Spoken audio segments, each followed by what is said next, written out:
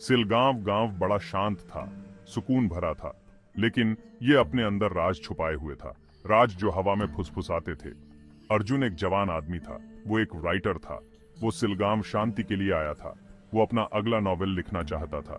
उसने एक पुराना घर किराए पर ले लिया। गांव वालों ने उसे चेतावनी दी। उन्होंने कहा कि यह घर भूतिया है। अर्जुन हंसा। उसे भूतों पर विश्वास नहीं था। उसने सोचा कि यह सिर्फ अंधविश्वास है। उसे जल्द ही सच्चाई का पता चल गया। सच्चाई बहुत ही भयानक थी। घर में एक आंगन था। बीच में एक पुराना कुआं था। यह काई से ढका हुआ था। ऐसा लग रहा था जैसे इसका इस्तेमाल बरसों से नहीं हुआ था। गांव वालों ने अर्जुन से कहा कि वह कुएं से दूर रहे। उन्होंने कहा कि यह एक औरत का भूत है। अर्जुन को उत्सुकता हुई। एक रात वह कुएं के पास गया। वह देखना चाहता था कि कहानियां सच हैं या नहीं। उसे ठंडी हवा महसूस हुई। यह कुएं से आ रही थी। उसे बेचैनी होने लगी, लेकिन वह वहीं खड़ा रहा। उसने अंधेरे में नीचे देखा।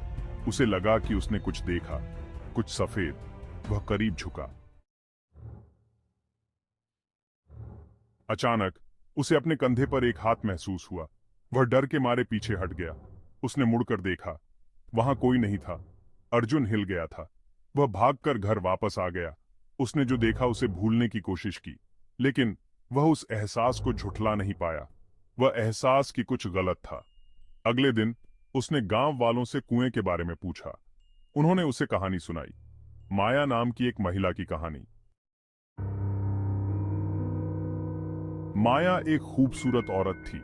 वह कई साल पहले गांव में रहती थी। उसे एक आदमी से प्यार था, लेकिन उसने उसे छोड़ दिया। उसका दिल टूट गया था। वह दर्द सहन नहीं कर सकी। एक रात वह कुएं में कूद गई। उसकी वहीं मौत हो गई।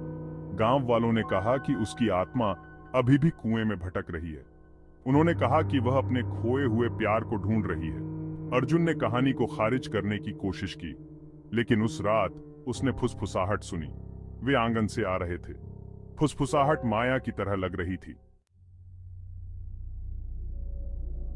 भाग 5। डर बढ़ता है। अर्जुन सो नहीं सका। उसने घर में एक मौजूदगी महसूस की, एक ठंडी मौजूदगी। उसे चीजें दिखाई देने लगीं। उसकी आंखों के कोनों में परछाई हिलती हुई। उसने पदचाप सुने, पदचाप जो कुएं तक ले गए। अर्जुन डर गया था। वह अब घर में नहीं रह सकता था। उसने गांव छोड़ने का फैसला किया। उसने अपना बैग पैक किया। जैसे ही वह जाने वाला था, उसने एक आवाज सुनी। यह उसका नाम पुकार रही थी। आवाज कुएं से आ रही थी। भाग 6। अतीत से एक चेतावनी।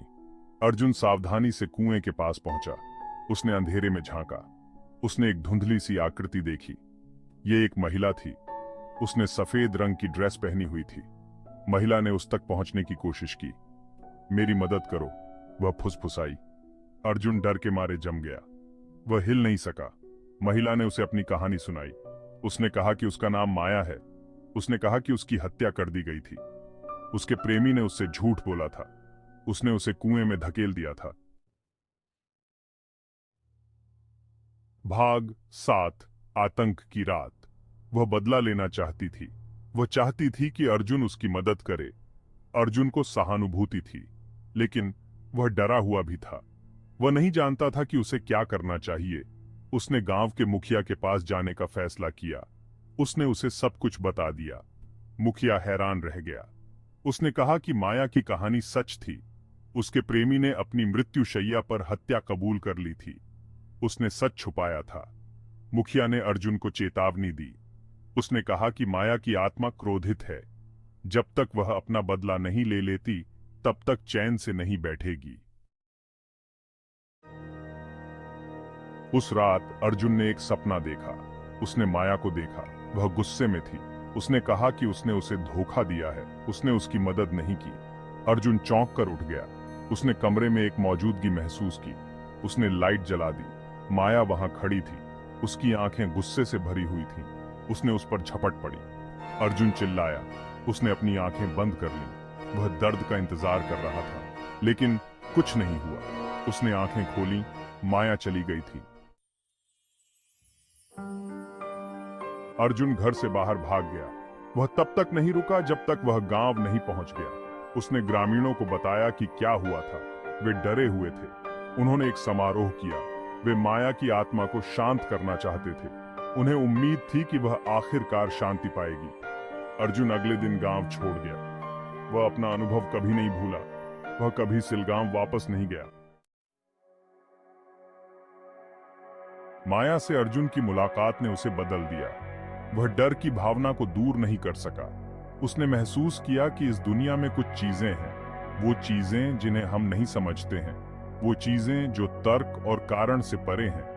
उसने भूतों के अस्तित्व से इनकार किया था, लेकिन उसके अनुभव ने उसे एक बहुमूल्य सबक सिखाया था, एक सबक जिसे वह कभी नहीं भूलेगा। उसने सीखा कि कभी-कभी वास्तविक और अलौकिक के बीच की रेखा बहुत पतली होती है। अर्जुन ने लिखना जारी रखा। उसने अपने अनुभव के बारे में लिखा। उसने उस डर के बारे में लिखा जो उसने महसूस किया था। उसने माया के भूत के रहस्य के बारे में लिखा। वह जानता था कि कुछ लोग उस पर विश्वास नहीं करेंगे। वे कहेंगे कि वह पागल था, लेकिन उसे परवाह नहीं थी। वह जानता था कि उसने क्या देखा था। वह जानता था कि उसने क्या महसूस किया था, और वह जानता था कि भूतिया सच था। अनुभव ने उसकी आत्मा पर एक अमिट छाप छोड़ी थी। वह जानता था कि माया का भूत हमेशा उसके साथ रहेगा। अंधेरे की एक सतत याद दिलाता है जो